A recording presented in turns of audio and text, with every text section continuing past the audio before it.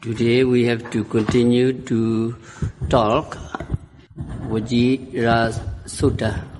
Vajira Bhikkhuni practice meditation in Anda Grove, a Mara approach to disturb her meditation, to make her fall away from concentration.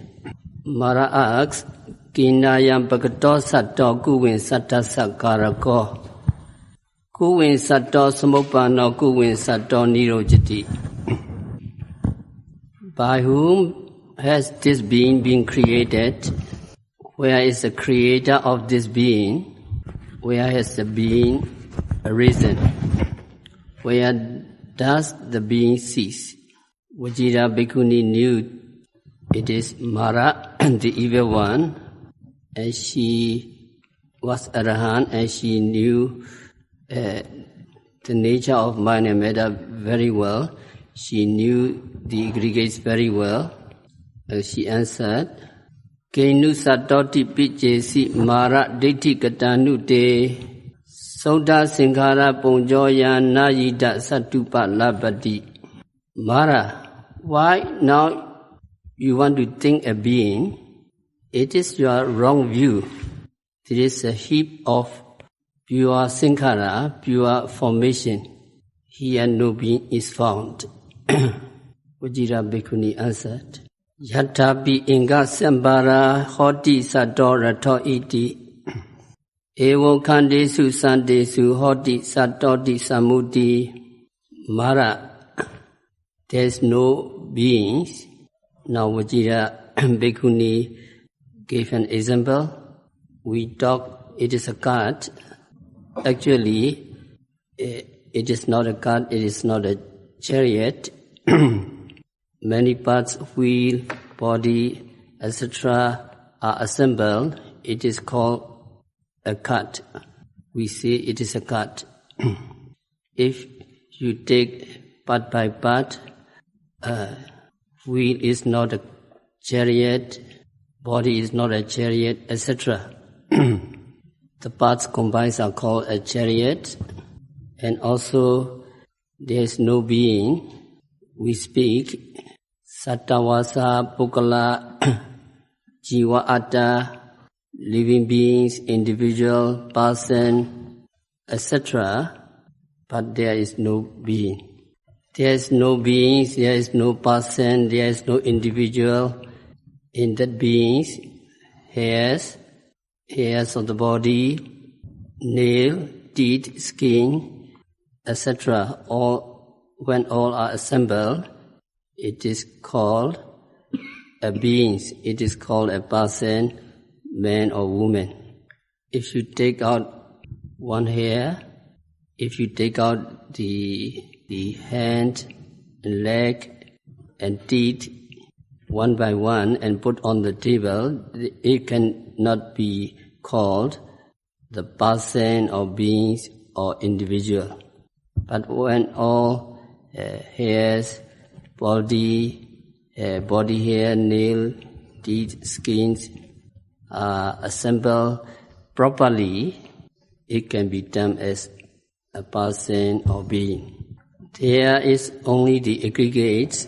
One single aggregate is not being, not person, not individual. Rupa, matter alone is not beings, not person. Feeling, vedana alone is not person. Sanya, perception alone is not a person or being. Sankhara, mental formation alone is not a person or beings. Vijnana, consciousness alone is not beings, not individual. When all five aggregates are combined, it's called being. Eye sensitivity alone is not being. Ear drum alone is not a being. Nose sensitivity alone is not being, etc. When all these sensitivities are combined, is called a being. Seeing alone is not a being. Hearing alone is not being. Smelling alone is not beings. Well, when all are combined, it is called beings. So how to take out all these aggregates from that being, so-called being? Yogi have to note one after another. When you see, you have to note seeing, seeing, seeing. When you hear, you have to note hearing, hearing, hearing. When you smell, you have to note smelling, smelling. When you touch, you have to note touching, touching, etc. By noting continuously one after another, you are taking the aggregates from that so-called being. Dukkha mewahi sambodhi dukkha tittati vedisya. Ninyatra dukkha sambodhi ninya dukkha nirojati. So if there is no beings, what is this? So Vajira Bhikkhuni answered, what arises is suffering, what exists is suffering, what despair is suffering. That person arise, that person born, no being born. What born is suffering, what arises is suffering. That person exists, that person is existing. What are you doing? I am sitting, I am standing, I am walking, I am existing. No person walk, no person sit, no person stand. What standing is suffering, what sitting is suffering, what walking is suffering. That person die, that being die, that person disappears. No being dies, no person die, no individual despair.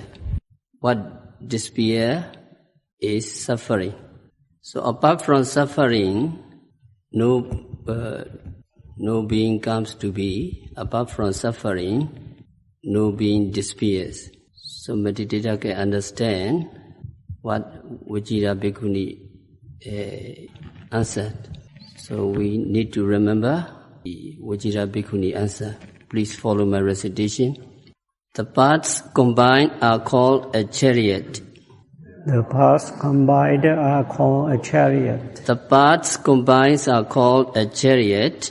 The parts combined are called a chariot. The aggregates 5 are called a being. The aggregates 5 are called a being. The aggregates 5 are called a being. The aggregates 5 are called a being. What arises? What arises? What exists is suffering. What exists is suffering. What arises? What arises? What exists is suffering. What exists is suffering. What despair is this too? What disappears is this too. What despairs is this too? What disappears is this too. Apart from suffering, apart from suffering, nothing comes to be. Nothing comes to be. Apart from suffering, nothing disappears. Nothing disappears. So Vajira answer, and Mara realized Bhikkhuni Vajira knows me, and Mara is very sad, and he disappointed, and then he disappeared. So it is very difficult to understand what arises is suffering, what exists is suffering, what despair is suffering.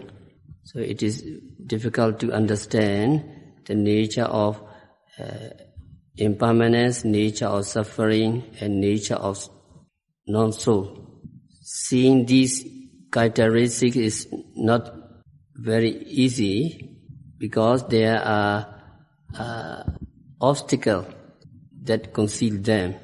So according to the Visuddhimagga, impermanence, a nature is concealed by continuity. In Pali is called santati, that is continuity.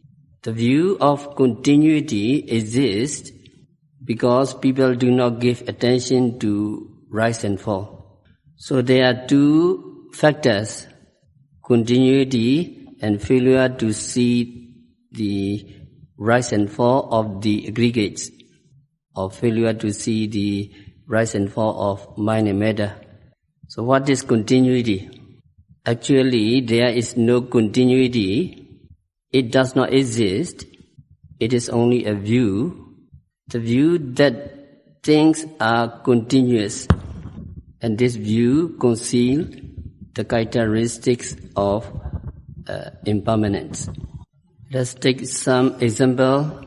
When you see something like a rope or a line in the distance, you think that it is a solid line, a solid object.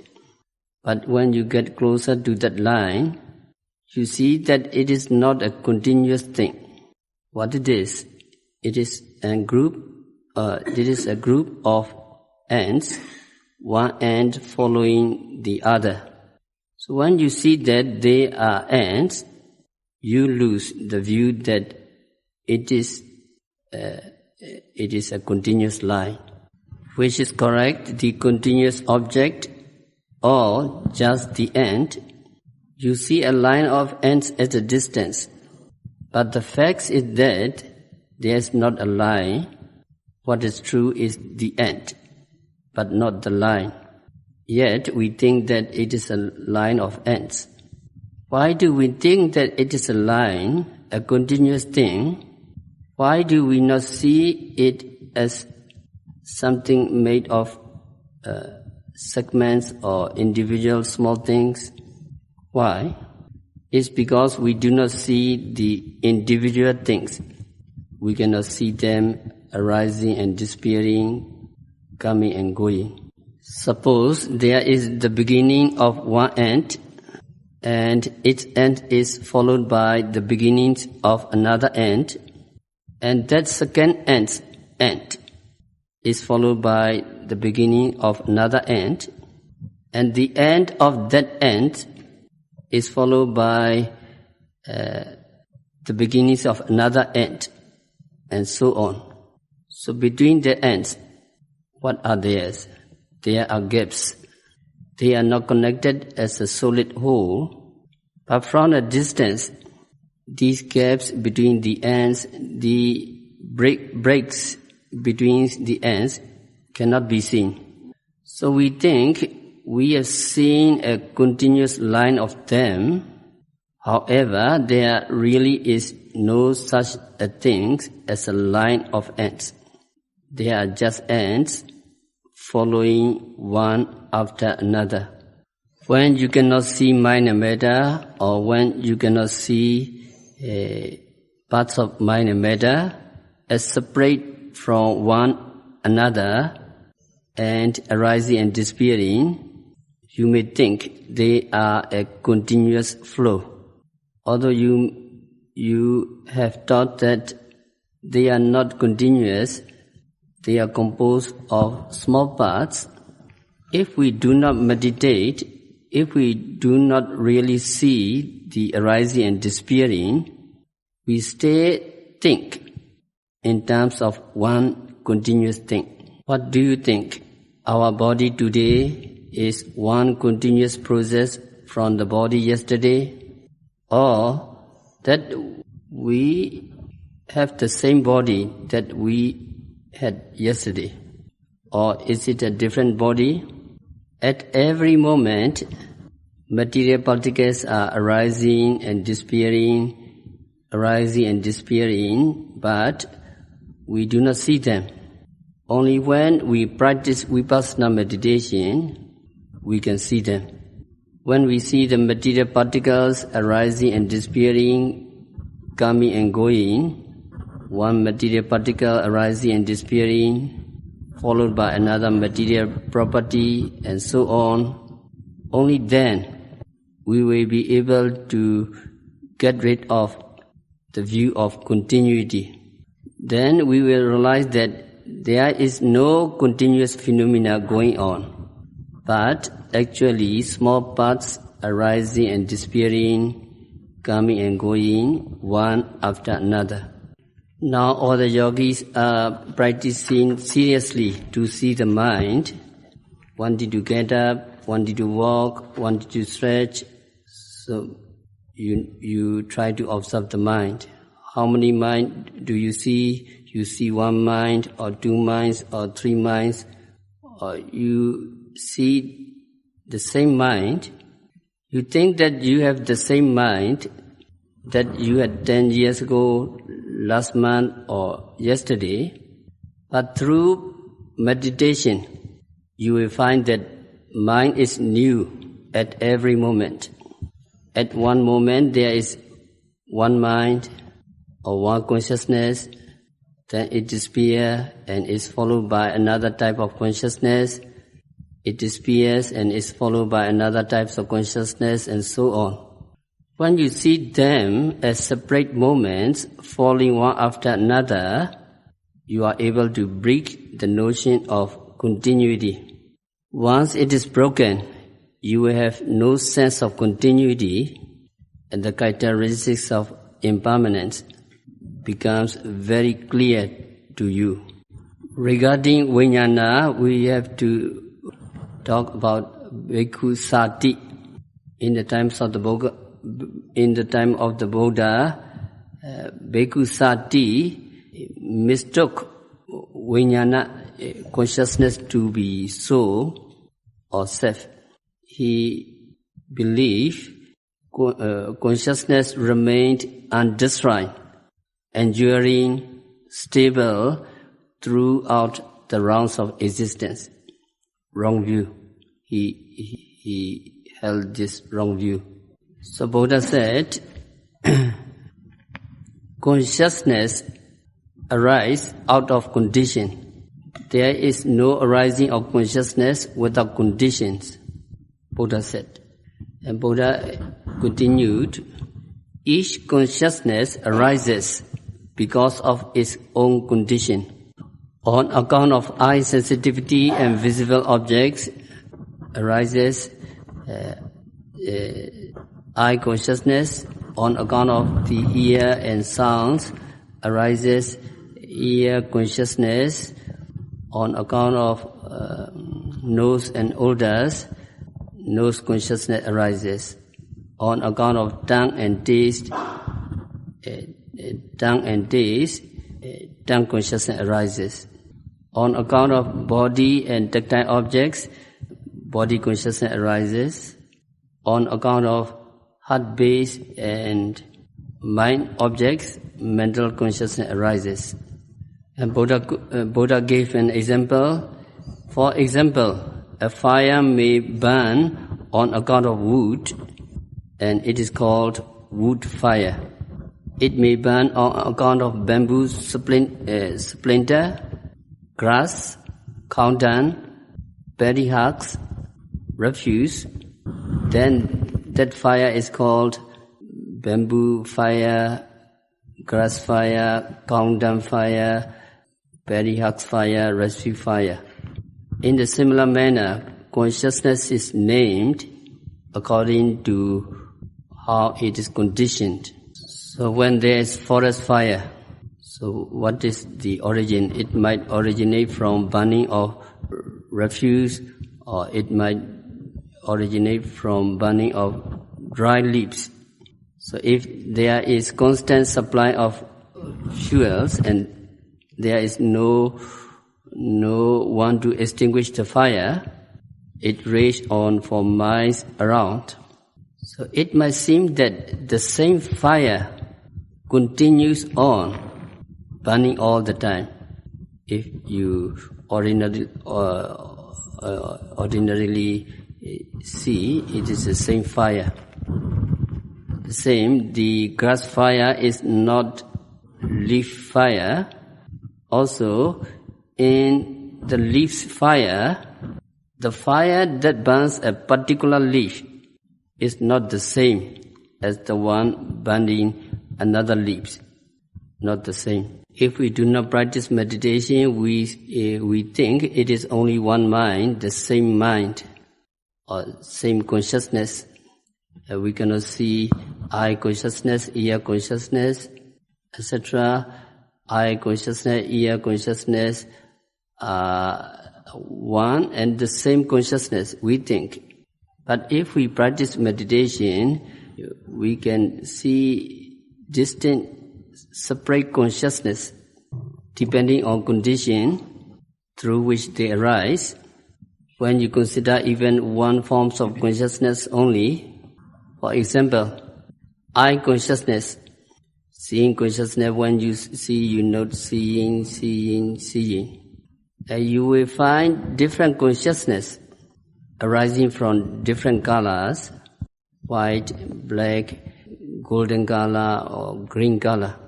So if you pay homage to the Buddha, you look at the Buddha and you constantly take note of seeing. When you have advanced to the stage of Udayabhya Jnana, the knowledge of rise and fall, and when you reach the stage of Bhinga Jnana, the knowledge of dissolution, you will see the preceding consciousness as separate and distinct from the succeeding one. So different color and different consciousness, seeing the Buddha Rupa, golden color is one seeing consciousness, and seeing the flower, the green color is another seeing consciousness. So color difference and different consciousness. So hearing is more distinct.